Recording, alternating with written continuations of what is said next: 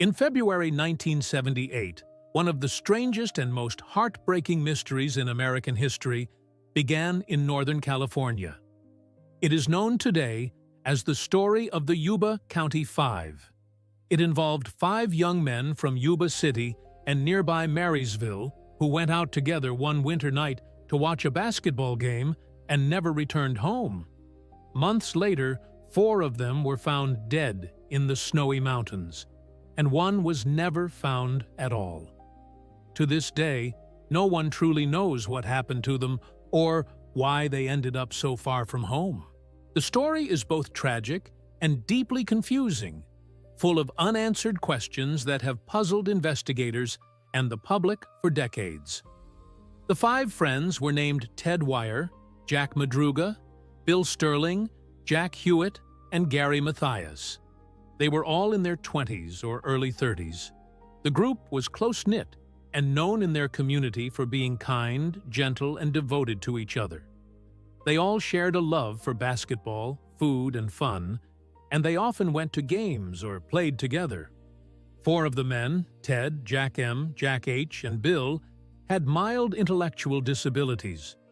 They could live fairly independent lives, but sometimes had difficulty understanding or handling unfamiliar situations. Their families described them as slow, but responsible and good-hearted. They liked routine and predictability, and did not do things impulsively. Gary Mathias, the 5th man, was slightly different. He had served in the U.S. Army, but had been discharged because of mental health problems, specifically schizophrenia. By 1978, he was doing well under medication, living with his parents, and spending much of his time with the other 4 men. His friends and family said he had been stable for about 2 years and was looking forward to the future. The 5 men spent nearly all their free time together, often driving around, playing basketball, and making plans for their team. On Friday, February 24, 1978, the 5 friends planned to attend a basketball game at California State University in Chico. It was a 50-mile drive north from their homes in Yuba City. They were excited about the trip, and even more excited about the next day, when they were supposed to play in their own basketball tournament. Their team, the Gateway Gators, was part of a program for players with developmental disabilities. The tournament was very important to them because the winning team would get a free trip to Los Angeles. All 5 men had their uniforms ready and were talking about it eagerly before they left for Chico. They piled into Jack Madruga's car, a cream-colored 1969 Mercury Montego, and set off around 5:30 p.m. Jack's car was his pride and joy. He was very protective of it and would not let anyone else drive it. The group reached Chico safely and watched the game, which ended around 10 p.m. Several witnesses later confirmed seeing them there, laughing and cheering during the match. After the game, they stopped at a local convenience store to buy snacks, milk, soft drinks, chocolate bars, and pies, and then they started the drive home. That was the last confirmed sighting of the 5 men alive. When the men did not come home that night, their families became immediately worried. These were not the type of men who stayed out late or changed plans without telling anyone. They were responsible and careful, and they knew they had an important basketball game the next day. By morning, when none of them showed up for the tournament, the families called the police. At first, investigators thought perhaps the men had gone on an unplanned trip or had car trouble somewhere. But as hours turned into days, that theory made less and less sense. None of the men were adventurous or impulsive. They disliked cold weather and never went up into the mountains. Still, there was no trace of them anywhere along the normal route home from Chico to Yuba City. 4 days later, on February 28th, a forest ranger made a discovery that deepened the mystery even more. He found the Mercury Montego abandoned on a remote mountain road in the Plumas National Forest, near a place called Rogers Cow Camp. The car was about 70 miles from Chico, in the complete opposite direction from the men's route home. It was parked along a narrow, unpaved road, partly covered by snow, but not stuck. It had enough gas to drive farther and had no mechanical problems. The car doors were unlocked, and the windows were slightly rolled down. Inside were the snack wrappers from the convenience store, maps, programs from the basketball game, and a few personal items. The keys were missing. Investigators found that the car could easily have been pushed out of the light snow by 5 men working together. There was no reason it could not have been driven again.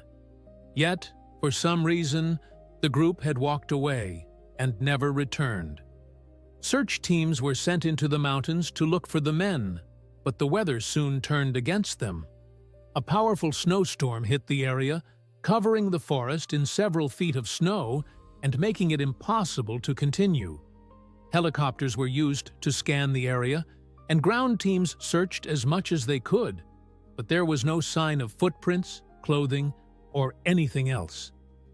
After several days, the search had to be suspended. The families could only wait, hoping the men would turn up.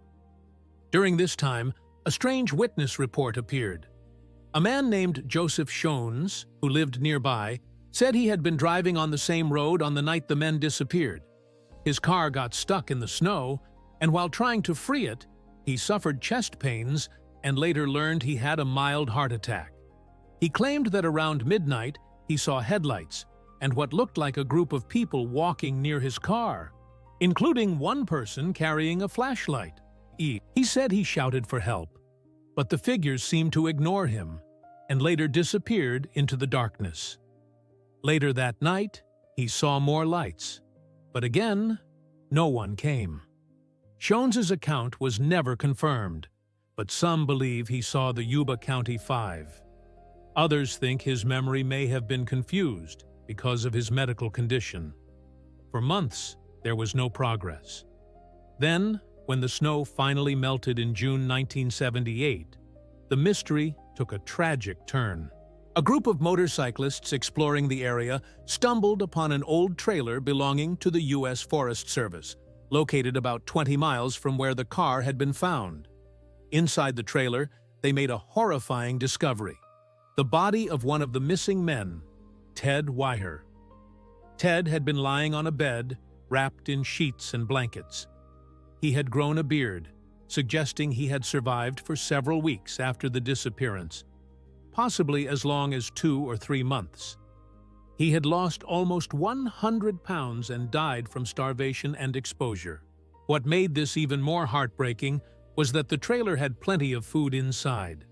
There were boxes of canned rations, enough to feed all 5 men for a year. Someone had opened a few cans, but most were untouched.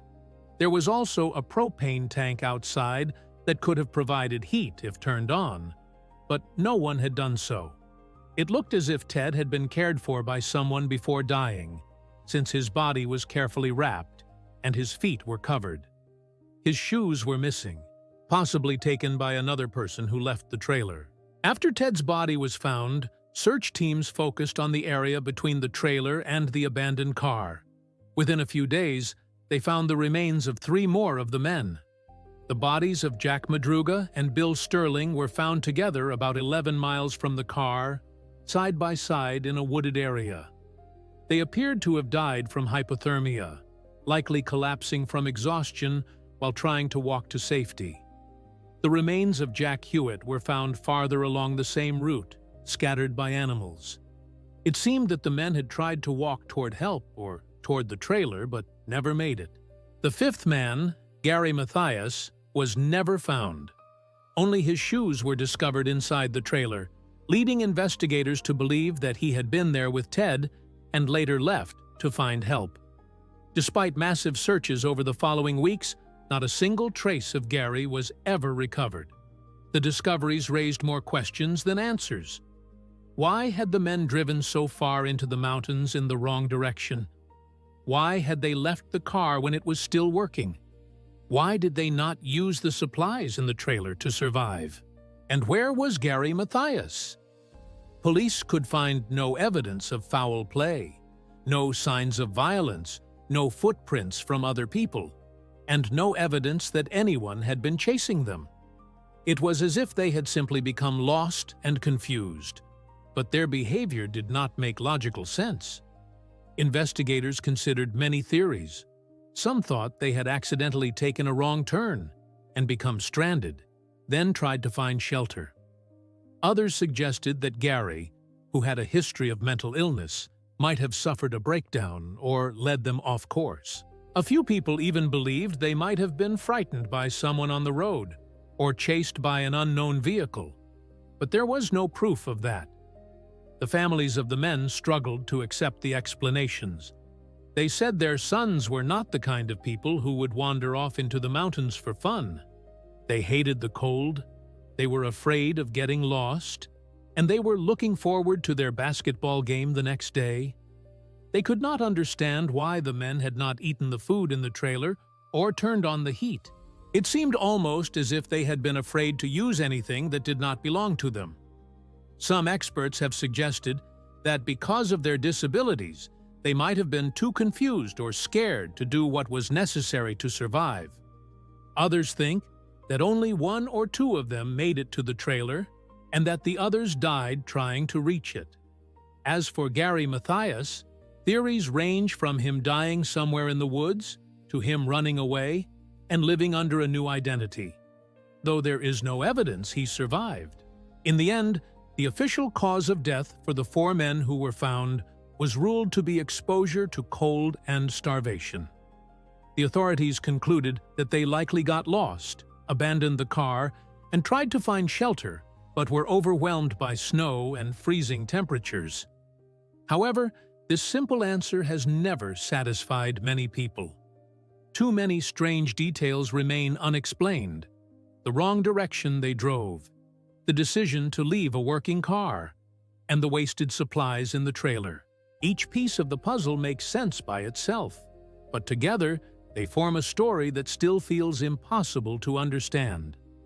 More than 40 years later, the Yuba County Five case remains one of America's most haunting unsolved mysteries. It has been the subject of documentaries, books, and countless online discussions. People continue to debate what really happened in those mountains. Some believe it was a simple case of confusion and bad luck. Others think something more sinister occurred that night. But no matter how many theories appear, the truth remains out of reach. The 5 friends left home to watch a basketball game, happy and excited about the future, and somehow ended up lost in the snow, frightened and helpless, far from anyone who could help them. The case reminds us that sometimes the greatest mysteries are not about crime or conspiracy, but about human behavior and the way fear and confusion can turn a small mistake into a fatal disaster.